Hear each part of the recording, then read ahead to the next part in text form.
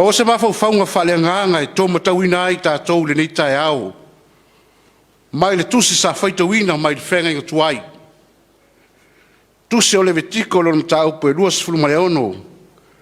Ai wa fia whaunga aina le whai upe tolu ma le whaa.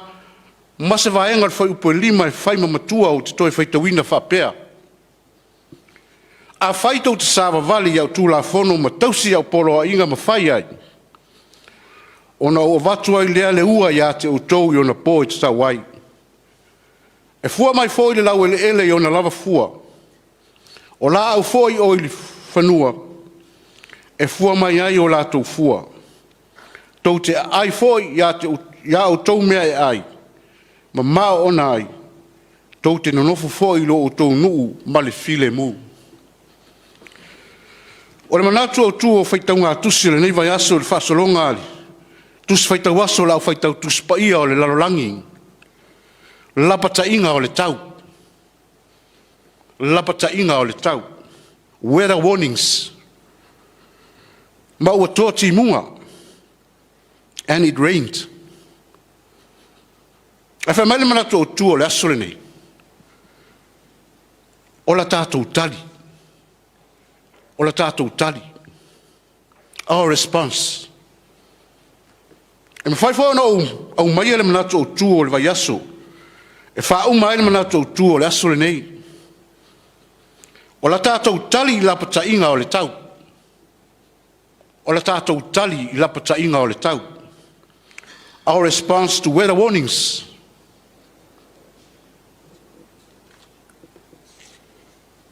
Ua le to e pō Samoa. O le vai tau le nei o le tausanga I masani. Tuina mai ai whaasara launga o le ofisa o le vai tau.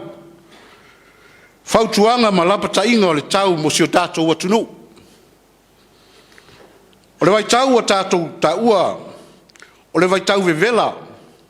Ma le vai tau o timunga.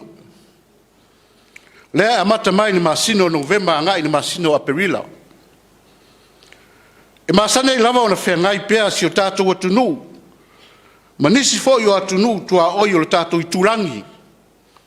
Ngā mala whale natura.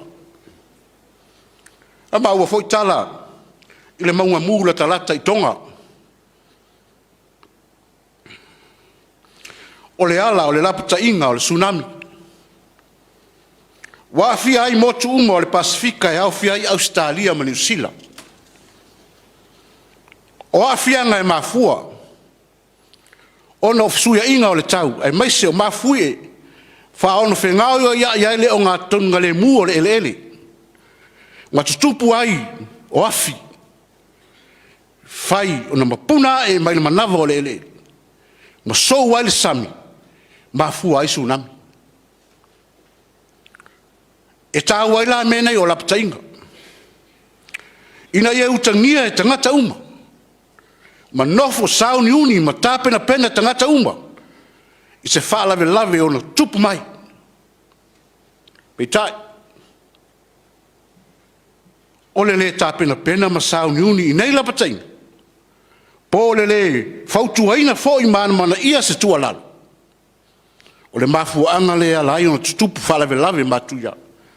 Mai wai lava ina afia le soifua ma le ola o tangata. E whapena le tua lalo lo tau momoni mai le mta upe rusfurono le tusi nei o le vitiko. Lea sa whaita wina. E uina whai upu e tolu sa whaita wina. Mai le mta upu atoa. E wa lava le maua ai le nganga. O lo tau ma whai le tusitalo le vitiko e tau whapula mai.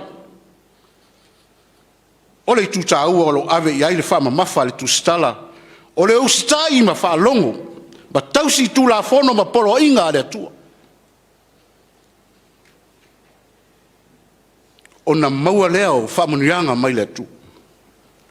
E pei au le aunga ma le wha moe moe maulunga o le tusi le nei, a mose o le vitiko.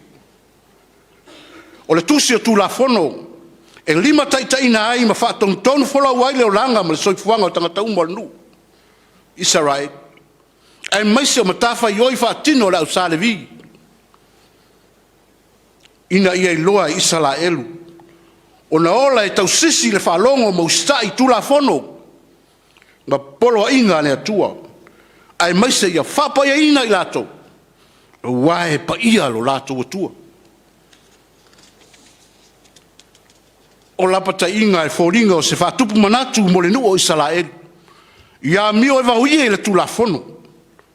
E peo na iai le luai whai upo le mata upo. Ua nei tapua I maifo se tupua. A solo mai le whai upo e lua. Ia tau sisi ma whama.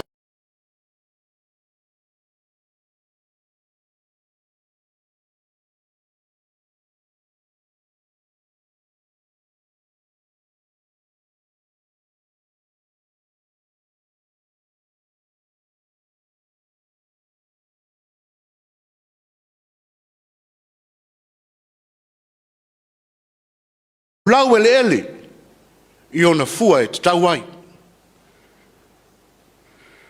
O le ua o whamanuianga lea o wheta lai le atua o le aia li lingi mai le lau ele. O timunga e le ngata e whasusu ai le lau ele. Ai o timunga e o mai whaatasi ma whamanuianga. O whamanuianga o le ola. Mo le tausinga o le soifua wha le tino. O le a whata maonga ina ula ele I o whatoanga. O autonga vile ma autonga saito e o lava I o ngata I whale. Tasi le mea o whetala I ele tua o lau whasino manga. I lau nuu ma lau ele. E te nofo file mu oe ma pule oe. I lau lava lau ele. Tau te ai ma maona, tau te nofo ai lava ma le file mu. I oe Samoa, e malama le tua lalo le wheau tau mori mai o le nei asu. O le tātou tali atu le atua I lapata inga, o ni suinga o ia finangaro e tutupu, ma o le a tutupu, ma ua tutupu foi.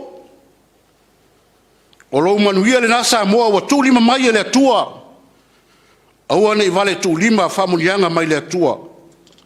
Awa o le lapata inga le mea le nā.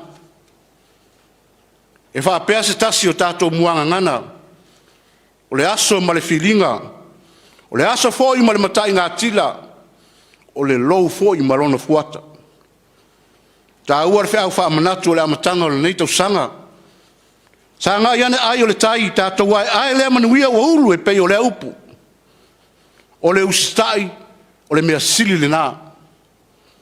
Pei tai e iai lona. Pe a whai o le ale usitai Samoa I lapata inga e peo no whai loa mai. Muli ane le whai upa sfulma le whao le matau lava le nei e lua sfulma le ono. Wha solo le whai unga le matau.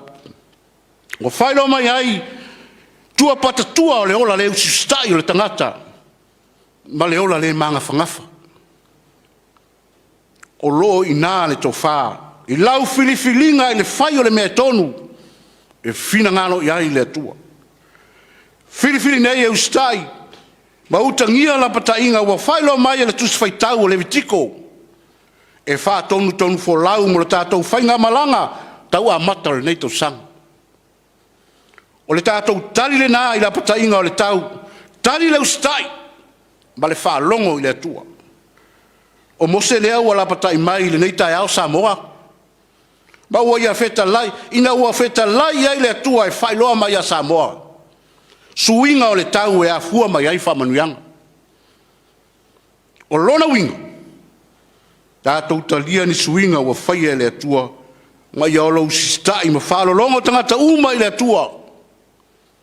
Aua nei e a le tui le fina ngalo le atua.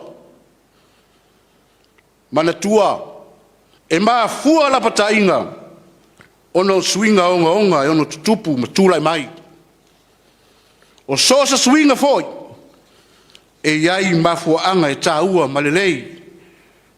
Ni swinga wa tātou iloa wa whaia ele atua. Mole manuia o tangata uma o se atunu. Ai aua. Mani swinga e whaia I manatu ma mafau whaunga whale lalolangi. Ina ia wha pito manu I atasi. E manui aina o se ainga ma se vaenga toi tito tangata. Ua whaia ina ia tau ma whaia ile tangata e u maure pule. E tai nane leo le fina ngalo lea o le atua. O le whasinonga le nā le atua mo e Samoa. Tautua nao ele ma lo sio manga. Tasi le mea. Le fina ngalo le atua ia e ustai ma tau sisi ia na polo ainga. Ona ia wha tuto ina mai ai lea o le ua. O le whamunianga e lunga o lau lau ele. O le fatu le nā o lau ta mau ainga. O lo ta oto ai manuia o le atua i au whanua Samoa. Le aise malosi ese. E nā te tau mawhai ave ese wha malosi. Lau whasino manga. I au whanua mau ele. Le anga o lau tofi le nā mai le atua. O le whatupu manatu le nā o le whi ma o e Samoa. Ma so se Samoa uli uli. O ai tau ma lele i so se atunu i whafo nei. Ono sa iringa manuia mo a inga. O a fionga mai kare sia e fia i Samoa. E su e pea le whamalama ma vai le nu na tātou wola ma soi fua ne ai. Wale nā fo i ma le laina. I le nei vai tau ala pata inga o le whamai i le mau vai rusi. Wa pipisi mai e maise atunu i whafo nei. Le tau a fo i leo le nei fi au mo tātou i atunu i whafo mai o Samoa. Tau sisi la pata inga. Ina iau si tai e whai tui pui pui. O nei tātou apo le pola i motu i tua. I nisi o whamatalanga e tau fia ai tātou i le whai o tui o le whamai. O le tātou tali atu le nā e lo tātou usi ustai. Matalia le mea ufautua mai ai ali ma tamai tai fo mai. Ua le puipuinga o le tātou saunga le mu. Mana tua. O le tātou te te atu se mea le lei. O le tātou te te lava lea i le atua. Le ai se mea whinga tā i le atua. Bea tātou whātua tua matali tonu o lo soi fua le atua. O ia o la le apostolo Paulo lana tusi le kalesia Roma. Wai ea se na te ave se ina i tātou ma le alofa tu noa o le lofa tu noa le tua ia ke liso. Po le puapuanga ea, po le atua tu vale, po le saua, po le onge, po le lava lava a, po le pangatia, po le pelu. E le mawhai e ia mea. E o lava i le oti, o na ave se ina i tātou mai le alofa o le atua o lo ia ke liso Yesu. O le nā se fe au wha malosi. E wha mawhana whana, wha aloto telefo ia te oe Samoa. Au tātou iai le tau amatanga o le tātou whainga malanga o le nei tau sanga. Lua afe, lua se fulma le lua. Ia manuia tele lau alo whaiva i fe au matiu te maasani o le nei asu. Soifua ono Yesu. Amene. O le vi inga o le atua e valus fulmaltasi. Tātou te pepese ai.